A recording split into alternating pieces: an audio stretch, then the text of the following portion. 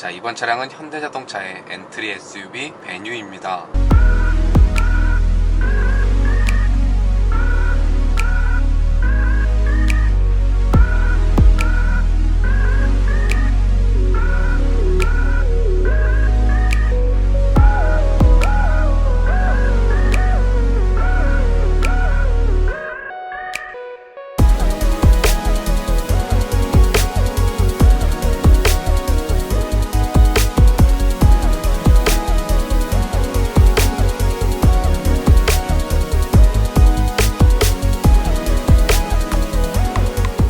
베뉴는 코나보다 더 작은, 그러니까 브랜드 SUV 라인업 중 가장 작은 몸집을 가진 A 세그먼트 SUV 차량인데요. 첫 차로 구매 확률이 높은 젊은 소비자층에 맞춰 혼라이프 SUV라는 꽤 이색적인 타이틀을 들고 출시되었습니다. 자, 먼저 디자인은 요즘 현대자동차가 SUV 라인업에 즐겨 사용하는 디자인 요소들이 베뉴에도 그대로 이어져 있는데요. 그로 인해서 새로움에 대한 신선함은 적지만 처음 접했을 때도 어색하지 않은 분위기를 연출해주고 있습니다. 자, 먼저 전면부는 현대자동차를 대표하는 캐스케이딩 그릴이 중심을 잡아주고 있는데요. 꽤나 커진 형태를 취하고 있습니다. 작은 몸집을 가진 걸 대형 그릴을 적용시켜줌으로써 조금 더 차체가 커 보이면서도 다부진 인상을 보여주고 있지 않나 라고 여겨지고요. 해당 차량은 플럭스 모델로 베뉴에서는 최상위 트림이라고 보시면 됩니다. 그래서 그릴도 플럭스 전용 디자인된 그릴이 적용이 되어 있는데요. 역삼각형 패턴이 입혀진 디자인을 보여주고 있습니다. 그리고 플럭스를 제외한 일반 모델은 격자 패턴이 이어지는 그릴이 적용이 되는데요. 그러니까 베뉴에는 트림별로 두 가지 그릴의 디자인이 각각 적용이 된다 라고 보시면 될 것 같고요. 그리고 그릴에서 흥미로운 부분은 이전에는 캐스케이딩 그릴의 테두리를 몰딩으로 감싸서 마감한 형태를 보여줬다면 현재 베뉴는 신형 소나타에서 먼저 선보였던 것처럼 테두리를 없앴습니다. 그래서 바로 그릴과 바디가 맞닿는 형태를 그려줌으로써 조금 더 깔끔하게 마감한 디자인을 보여주고 있고요. 자, 그리고 그릴 양쪽으로는 램프가 자리를 하고 있는데요. 헤드램프와 방향지시 등 턴 시그널이 분리된 컴포지트형 램프가 적용이 되어 있습니다. 코나나 산타페에 적용된 컴포지트형 램프는 위쪽에는 데일라이트가 적용이 되고 아래쪽에 헤드램프, 전조등이 자리하는 형태를 보여줬다면 현재 베뉴에는 위쪽에는 턴 시그널 램프, 방향지시 등만 자리를 하고 있고 그 하단으로 헤드램프를 감싸는 듯한 사각 형태의 데일라이트 디자인을 추가를 해줌으로써 베뉴만의 디테일을 더해준 모습을 보여주고 있고요. 차의 세그먼트 체급을 고려했을 때는 램프류의 구성은 괜찮아 보이고 캐스케이딩 그릴이 끝나는 시점으로 본넷에 주름을 잡고 볼륨감을 더해주면서 크지 않은 덩치를 가진 이 녀석을 조금 더 다부지게 보여줄 수 있는 분위기를 연출해준 전면부 디자인을 보여주고 있습니다. 그리고 측면 사이드에서 인상적인 부분은 전고가 꽤 높은 형태를 갖추고 있는데요. 작은 차체를 가지고 있는 부분을 높이로 올려주고 부피감을 키워주면서 어느 정도 커버해준 사이드 프로포션을 보여주고 있습니다. 거기에 프론트 램프부터 시작해서 테일 램프까지 길게 이어지는 캐릭터 라인을 그려줌으로써 조금 더 차가 길어 보이는 효과를 연출해줬고요. 거기에 앞쪽과 뒤쪽에 휘라치는 근육을 좀 더 부풀려주면서 몸집이 조금 더 커 보이는 분위기를 연출해주고 있습니다. 그리고 사이드 미러에 장착된 방향지시 등 램프도 팰리세이드 봤던 것처럼 C자 형태로 해갖고 디테일을 살려준 꽤 독특한 디자인을 보여주고 있고요. 그리고 해당 차량은 플럭스 모델로 전용 디자인된 17인치 휠이 적용이 되어 있는데요. 여기서 한 가지 흥미로운 부분은 중앙 휠캡이 고정 형태입니다. 그래서 주행을 할 때 계속 고정된 상태로 유지를 하게 되고 휠만 돌아가는 형태가 적용이 되었다고 하는데요. 롤스로이스에서 만나봤던 고정형 휠캡을 베뉴에서 만날 수 있는 부분은 꽤 재밌는 디자인 요소가 되어주지 않을까 라고 여겨지고요. 그리고 타이어는 넥센사의 엠프리즈 17인치 타이어가 장착이 되어 있습니다.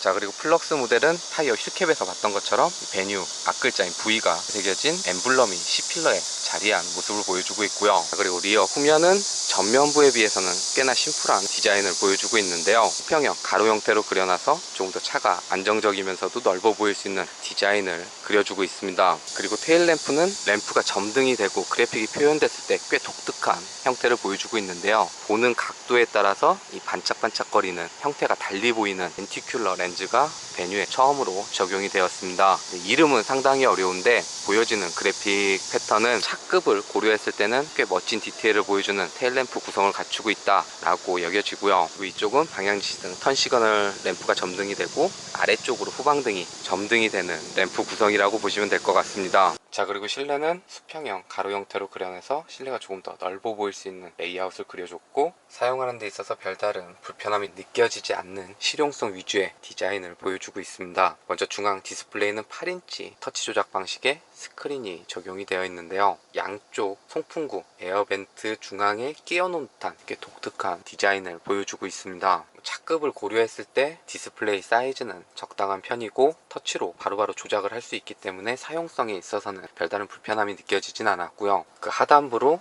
관련 기능 버튼들이 일렬로 배열이 되어 있어서 조작하는 데 있어서는 꽤 직관적인 구성을 갖추고 있습니다. 그리고 그 아래로 공조기 조작부가 자리를 하고 있는데요. 현대자동차에서는 그 전에 보지 못했던 독특한 형태를 보여주고 있습니다. 원형의 3개로 이루어진 다이얼 형태로 구성이 되어 있는데요. 다이얼을 돌리면 온도 조절할 수 있고, 반대쪽 다이얼을 돌리면 바람의 세기를 조절할 수 있는 그 다이얼 구성이라고 보시면 될 것 같습니다. 그래서 누르면 꺼지고 돌리면 바로바로 켜지고, 그리고 그에 관련된 정보들은 이 중앙 디스플레이를 통해서 보여주는데요.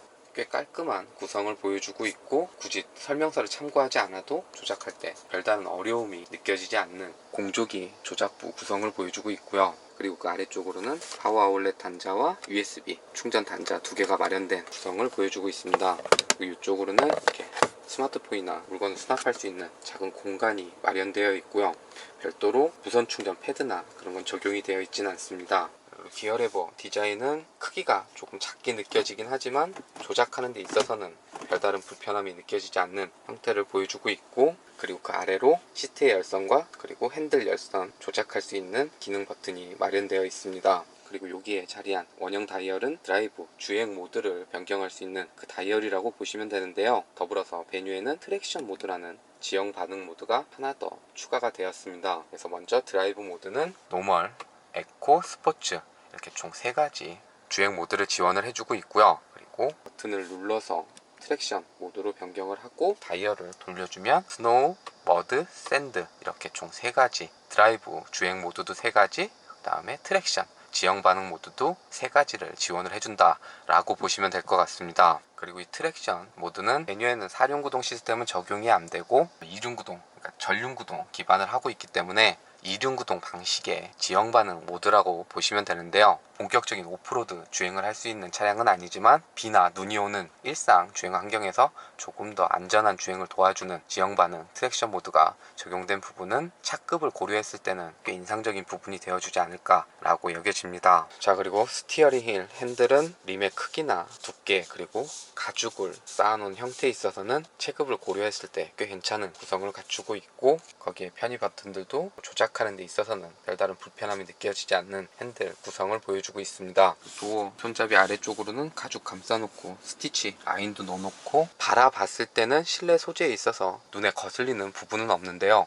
손으로 만졌을 때는 그리 기분 좋은 느낌을 전달해 주진 않습니다. 일단 디자인을 좀 깔끔하게 해주고 곳곳에 수납 공간을 마련해둔 구성이라든지 시트도 좀 독특한 패턴을 넣어주고 디자인을 좀 신경 쓴 모습을 갖추고 있어서 전반적인 실내 구성은 사용하는 데 있어서 별다른 불편함이 느껴지지 않으면서 꽤 깔끔한 디자인을 보여주고 있기 때문에 체급과 가격을 고려했을 때는 괜찮은 구성을 갖추고 있다 라고 여겨지고요. 자, 그리고 2열 운전석 시트는 제가 운전했던 그대로, 그리고 보조석은 조금 더 뒤로 밀어놓은 포지션이라고 보시면 될 것 같고요. 레그룸은 다소 타이트한 공간을 보여주지만 상대적으로 헤드룸은 넉넉한 공간을 연출을 해주고 있습니다. 그러니까 외적 디자인에서 언급했듯이 전고 키를 높여주면서 실내 공간에 있어서도 이점을 가진 모습을 보여주고 있는데요. 베뉴가 출시하면서 혼라이프 SUV, 그러니까 대놓고 혼자 타라 라고 광고를 해서 그런지 몰라도 성인 4명이 장거리를 이동할 때는 답답함이 동반되겠지만 짧은 거리를 이동할 때는 불편함이 느껴지지 않는 공간을 보여주고 있지 않나 라고 여겨집니다. 그리고 시트의 자방의 길이는 좀 짧은 형태를 취하고 있고 시트의 크기도 그렇게 넉넉하지 않은 편인데요. 등받이 각도의 기울기가 서 있는 편은 아니고 약간은 누워 있는 편이라서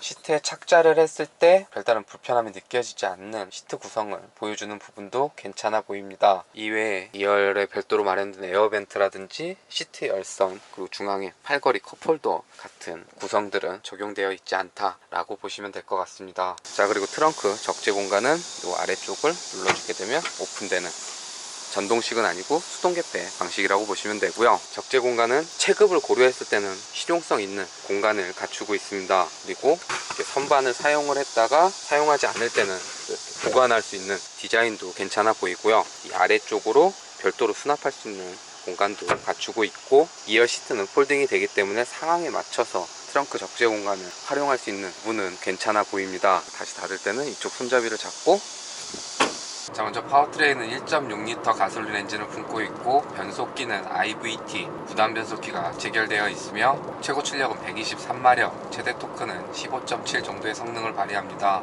그리고 해당 파워트레인은 페이스리프트를 통해 변화를 준 더 뉴 아반떼와 동일한 구성을 갖추고 있는데요. 차량이 멈춰섰다가 출발할 때 초반 가속력에 있어서는 조금 더 가벼운 몸놀림을 보여줍니다. 아반떼에 비해 크기도 작고 몸무게도 조금 더 가벼운 이점이 반영된 게 아닐까 라고 여겨지는데요. 일상 영역에서 가장 많이 쓰는 속도 구간에 있어서는 가속 페달을 조작을 할 때 반응도 괜찮은 편이고 출력도 꽤 매끄럽게 전달을 해줍니다. 거기에 엔진과 맞물려 있는 IVT 무단 변속기는 많이 알고 계시는 CVT 무단 변속기라고 보시면 되는데요.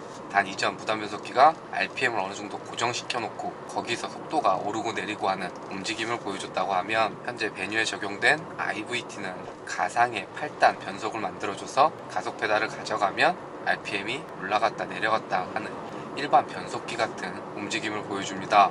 그러니까 무단 변속기가 가지고 있던 이질감을 줄여주면서 일반 자동 변속기와 같은 느낌을 주는 부분은 괜찮은 세팅을 보여주고 있고요. 굳이 차량을 탔을 때 무단 변속기야 라고 언급을 하지 않는 이상은 알아채기 쉽지 않도록 꽤 괜찮은 엔진과의 궁합을 보여줍니다. 물론 이 상태에서 가속 페달을 급격하게 가져가면 속도가 상승되는 게 아니라 엔진 소리만 거칠어질 뿐, 그러니까 순간 가속력에 있어서는 약점을 가지고 있는데요. 엔진이 들려주는 사운드도 그렇게 듣기 좋은 편은 아니고 즉각적으로 출력이 전달되면서 가속이 이루어지는 부분도 아니기 때문에 달리기보다는 일상 주행을 할 때 큰 불편함이 없는 선에서 연비 효율성을 고려한 파워트레인 구성이라고 보시면 될 것 같고요. 어쨌든 세단이긴 하지만 상위 세그먼트인 아반떼에 적용된 파워트레인이 그대로 탑재된 부분은 베뉴가 가진 장점 중 긍정적인 요소가 되어주지 않을까 라고 여겨지고요. 자, 그리고 승차감에 있어서는 생각했던 것보다는 노면도 잘 걸러주는 편이고, SUV 모델이지만 가솔린 엔진을